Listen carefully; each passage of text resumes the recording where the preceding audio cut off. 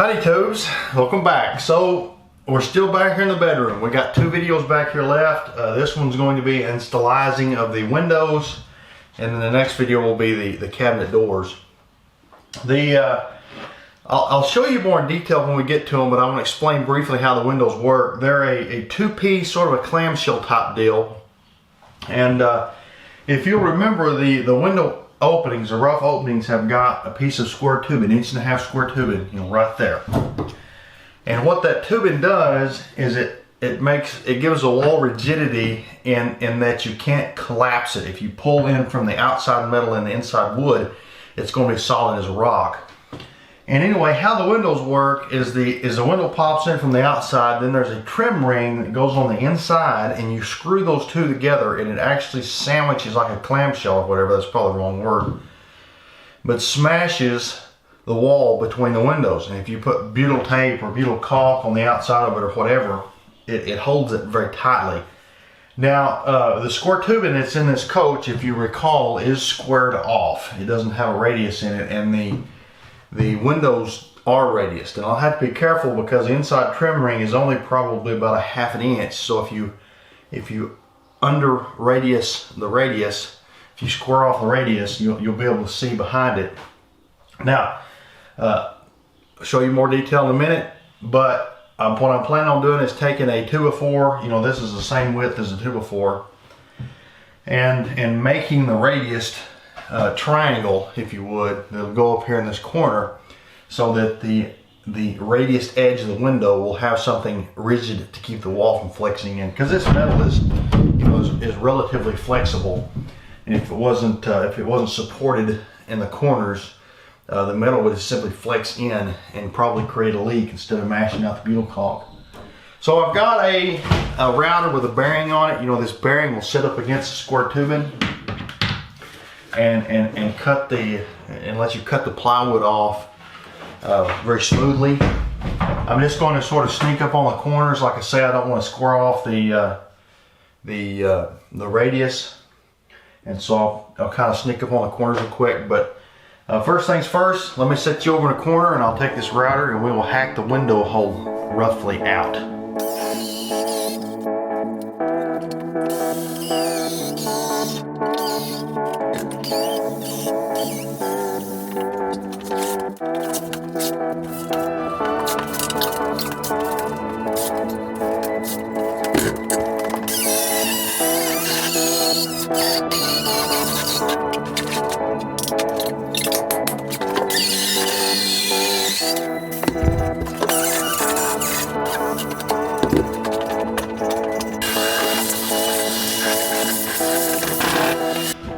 Here's a little corner radius deals. They fit pretty tight. I think I'm just going to take a wad of liquid nails and put on them, and then just shove them in the corner, and they'll stay. Well,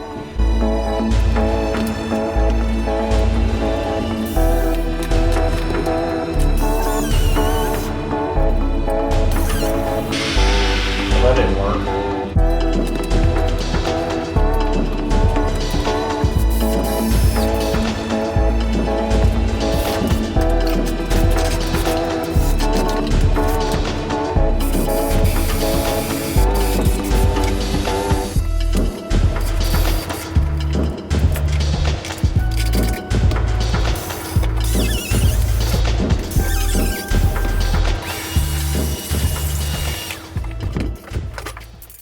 So I got so tongue-tied here, I don't even know what I was trying to say. It sounded like Joe Biden trying to give a speech.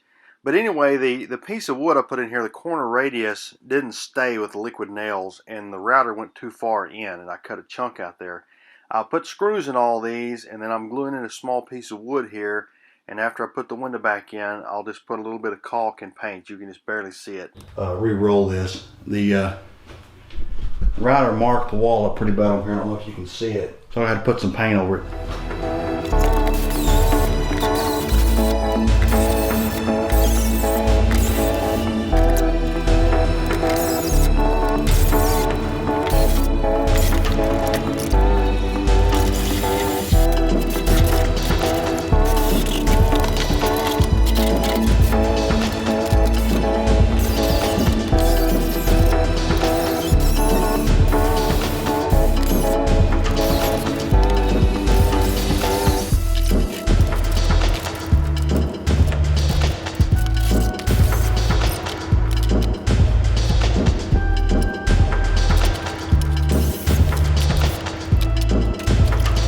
I guess I'm ready to cut the hole out. I'm going to do it with a plasma cutter.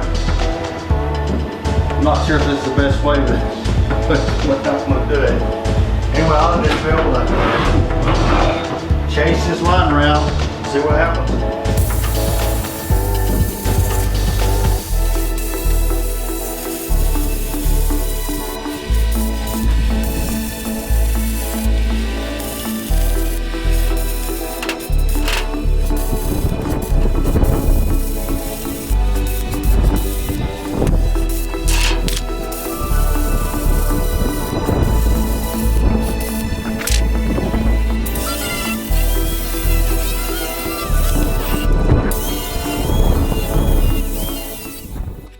Here I'm taking a little bit of butyl caulk and putting behind this seam in the skin, and this is just to keep water from being able to run back behind this seam and down into the window frame, and then of course inside.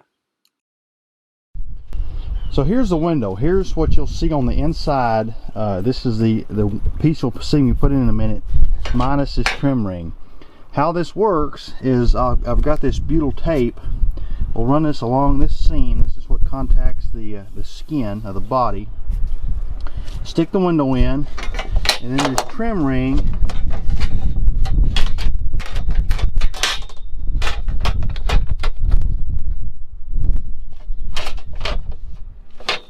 sits like that, and you'll run sheet metal screws. I've got a couple of 1-inch wood screws I'm going to put in temporarily. These are too long, but this will hold the window in, and then I'll have to see exactly the length of the screw I need. Now, it's often specified, but the problem is my wall is like 2 32 thick, and these are supposed to be for 1 7/8 wall, so this will actually be spaced up just a little bit. So I have to get it in there to sort of get an idea of what size screws I need. But anyway, I'm going to put this this butyl tape along the seam and then stick it in there.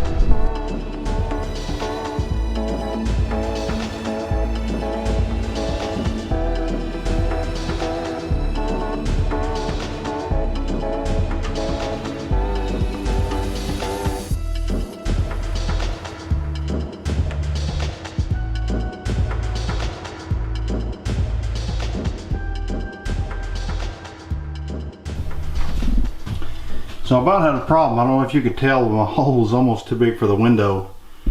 It's not too big, it's just closer than I would like it a few places. It's only got about 1/4 of an inch probably overlap in the corners.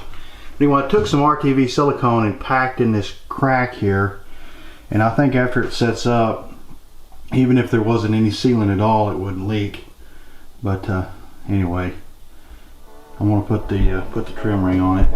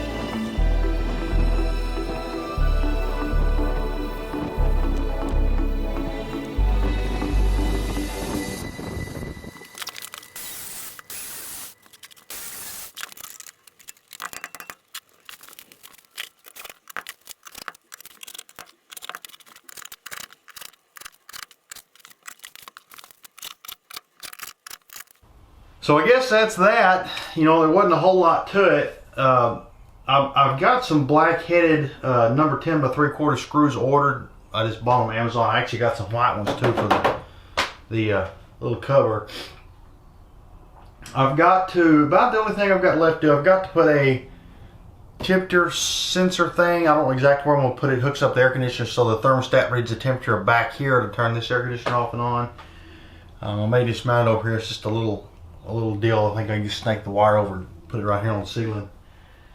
I got to do that. I got to clean this place up. It's nasty. I got mud all tracked in here. It's kind of muddy right outside. It rained.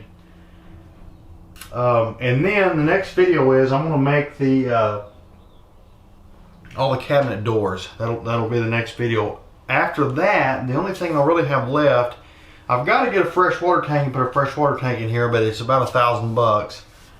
And I'm just going to put that off basically until I'm ready to go camping, because that's, I don't know. I mean, I don't know what difference it makes if I buy it an hour later, but I feel better not spending money. But anyway, other than the water tank and those, the only thing left is sort of the decorating. I got to get blinds hung and everything, get a mattress, get sheets. The front of the coach is just exactly like you remember it being left. I haven't done anything up there. And I hate to go so far as to buy a mattress to put in here, but I think that I might go ahead and finish it just because that's kind of how my brain works. I like to completely finish something before I move on, at least in a situation like this to where it's a sort of ongoing, endless lifetime project. But I can do that and just completely finish this to where when I get the thing where it can drive, you know, we can literally jump in it and go. Other than the water tank, the water plumbing part's all done. You know, you can take a dump in the toilet and take a shower and everything else. And anyway, I think I rambled on long enough. And I don't know if I showed you. I did get all the switch covers, and I'm gonna put these kind of dimmers everywhere, and the regular plug-in covers put on. But anyway, enough of that. I'm fixing to clean this place up, and I slept till nearly 11 o'clock today, so I imagine I'll be up till 3 or 4 in the morning. And I'm gonna start building cabinet doors. So we will catch you on the next one.